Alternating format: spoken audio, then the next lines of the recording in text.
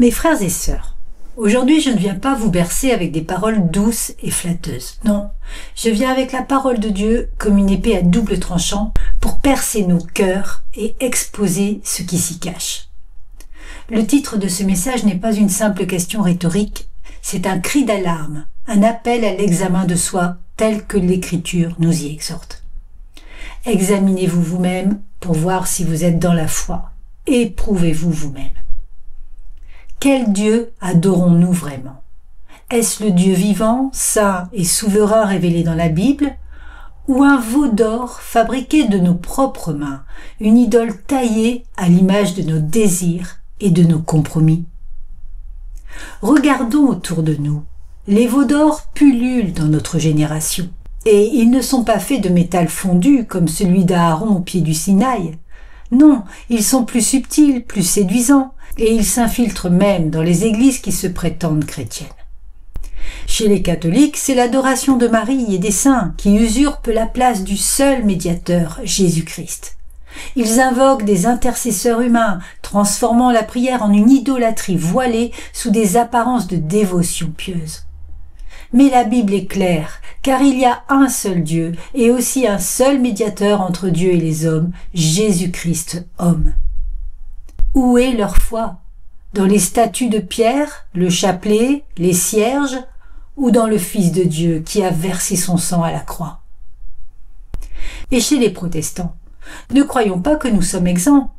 Pour beaucoup, c'est l'Église elle-même qui devient le veau d'or, cette institution humaine élevée au rang de divinité.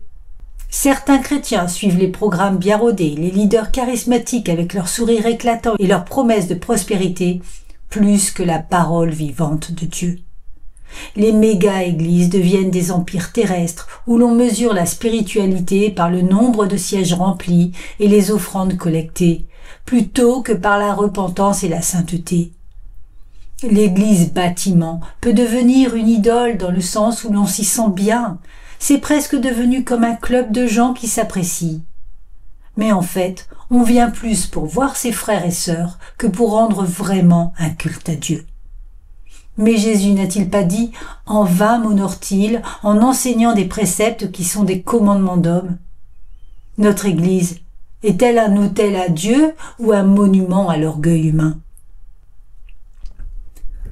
Et que dire du confort matériel, ce veau d'or si omniprésent qui nous fait préférer les richesses terrestres à la croix de Christ? Dieu n'encourage ni la richesse ni la pauvreté, mais le contentement. Notre trésor est dans le ciel et non sur la terre. Nous devons rechercher les choses d'en haut et non celles qui sont sur la terre. Entendez la voix du Seigneur. Ne vous amassez pas des trésors sur la terre, car là où est ton trésor, là aussi sera ton cœur. Combien d'entre nous vendent leur âme pour un salaire plus élevé, un mode de vie luxueux au détriment de l'Évangile? Notre Dieu est-il celui qui pourvoit ou Mammon qui nous enchaîne? Pire encore, regardons nos relations les plus sacrées. Le conjoint, les enfants, ces dons de Dieu qui deviennent des idoles quand ils passent avant l'obéissance au Seigneur. Certains idolâtrent leur famille, la plaçant sur un piédestal où elle dicte leur choix spirituel. Je ne peux pas suivre Christ pleinement car cela blesserait mon conjoint. Ou mes enfants d'abord, Dieu ensuite, il m'aime et il comprendra, il sait que ce n'est pas facile pour moi. Mais Jésus a déclaré sans ambiguïté, celui qui aime son père ou sa mère plus que moi n'est pas digne de moi. Celui qui aime son fils ou sa fille plus que moi n'est pas digne de moi. Où est notre allégeance? À la chair ou à l'esprit?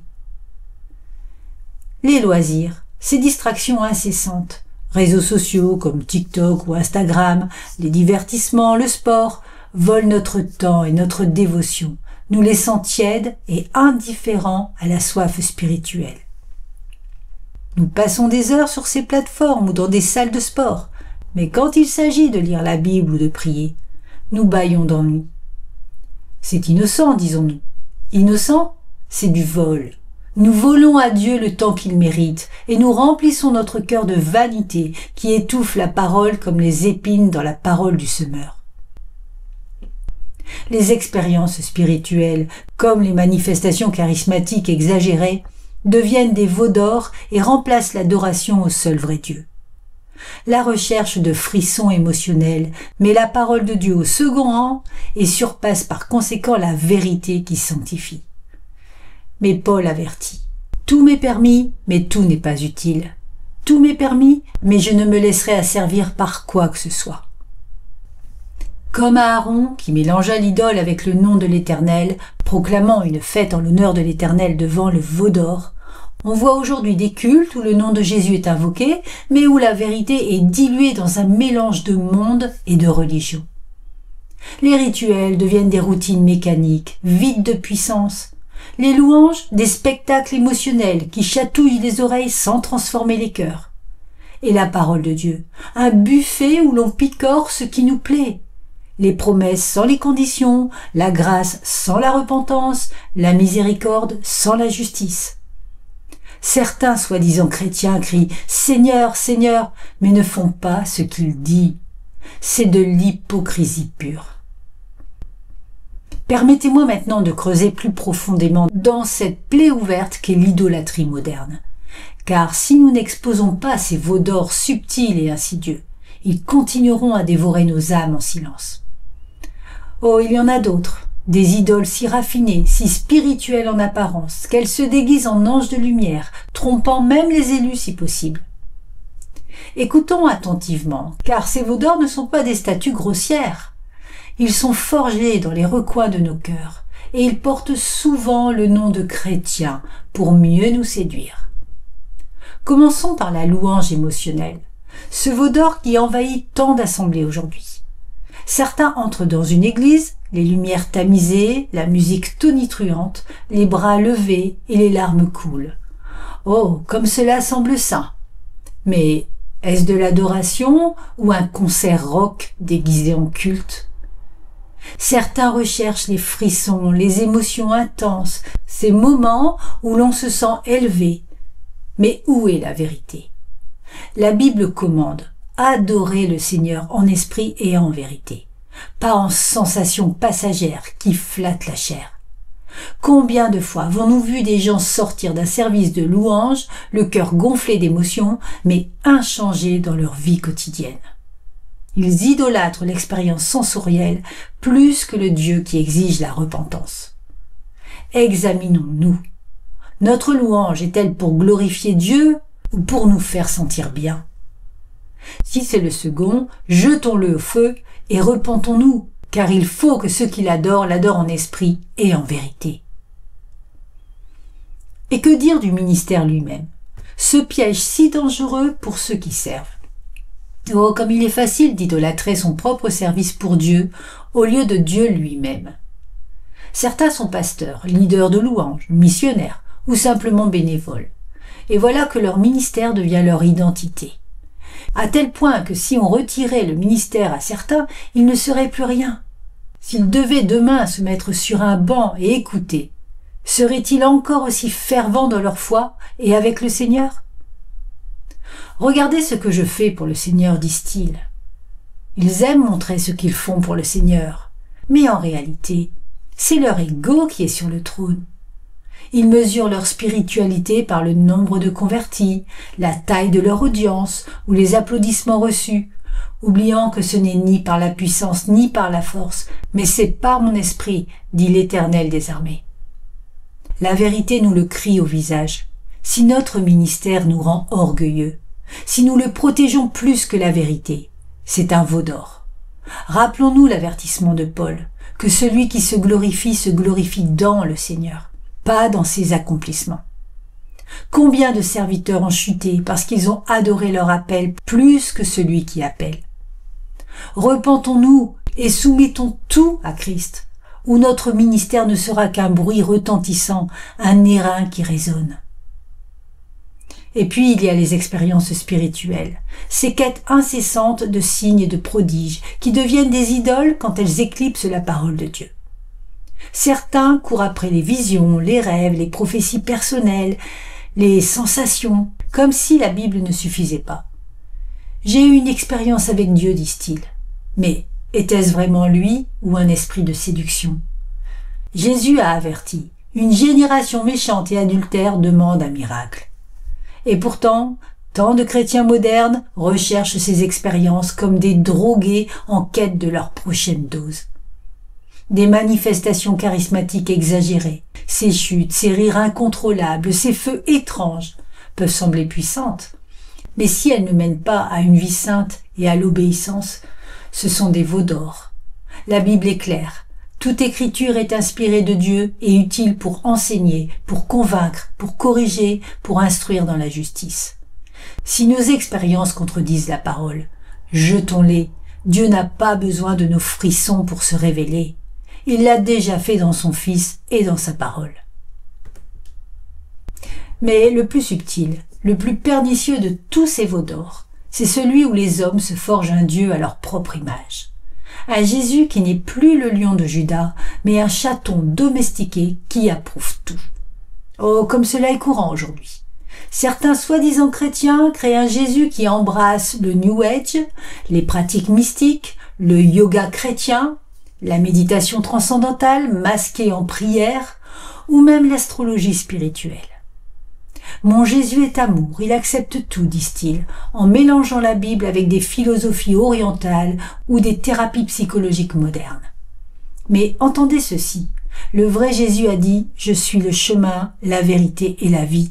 Nul ne vient au Père que par moi. » Pas par des chakras, des cristaux ou des énergies positives.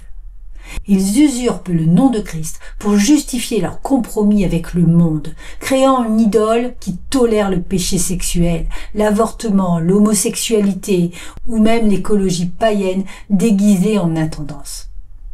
Ils rejettent toute autorité, ainsi que celle de Christ lui-même, préférant un sauveur qui ne les confronte pas, mais qui les conforte dans leur voie. C'est de l'apostasie. Le prophète Isaïe tonna contre cela. Malheur à ceux qui appellent le mal bien et le bien mal. Notre Dieu est-il celui qui juge le monde en justice ou un faux Christ qui nous laisse vivre comme bon nous semble? Si c'est le second, nous ne sommes pas chrétiens. Nous sommes des idolâtres et le jugement nous attend. Et n'oublions pas d'autres veaux d'or sournois. La tradition religieuse, où les rituels vides remplacent la relation vivante. La connaissance intellectuelle, où l'étude de la théologie devient une idole plus que l'humilité devant Dieu. Ou même la santé et le bien-être, ce culte du corps qui fait des régimes, du fitness ou de la médecine alternative des divinités, oubliant que le corps est pour le Seigneur. Même la Bible elle-même peut devenir un veau d'or si nous l'utilisons comme un talisman magique plutôt que comme une épée qui perce notre propre cœur. Maintenant écoutons ceci, car c'est le cœur de ce message.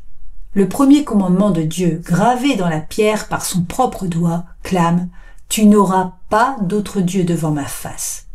Pas d'autre, pas de compromis, pas de mais ou de sauf si. Ce commandement n'est pas une suggestion, c'est un décret absolu du roi des rois. Pourtant, combien d'entre nous le violent chaque jour? Nous nous disons chrétiens, mais nous usurpons une fausse identité. Nous croyons en un Dieu, un Jésus, mais ce n'est pas celui de la Bible. Notre Dieu est tolérant envers le péché, indulgent envers nos idoles, et il nous laisse vivre comme le monde tout en promettant le ciel. Mais le vrai Dieu est saint. Il est le péché et il exige tout de nous. Soyez saints car je suis saint. Examinons-nous. Sommes-nous de vrais chrétiens nés de nouveau, régénérés par l'Esprit, ou des imposteurs qui portent le nom de Christ en vain? La vérité nous le dit sans détour. Si notre vie n'est pas marquée par la haine du péché, l'amour de la vérité et une obéissance radicale, nous sommes perdus. Repentons-nous, jetons nos veaux d'or au feu comme Moïse l'a fait.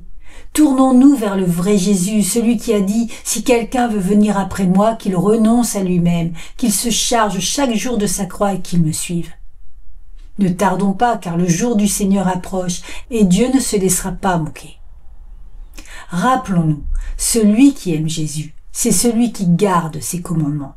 Dieu a dit et il fera ce qu'il a dit. Sa parole est inébranlable.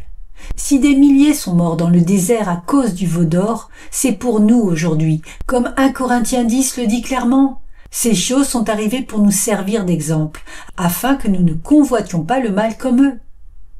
Et nous ne devons pas prendre pour excuse la grâce, car la grâce véritable nous enseigne à renoncer à l'impiété et aux convoitises mondaines, pour vivre sobrement, justement et pieusement dans le siècle présent.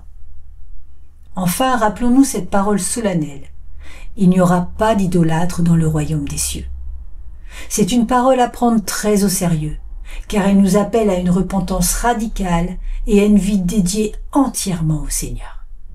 Que Dieu ait pitié de nous et nous accorde une vraie repentance.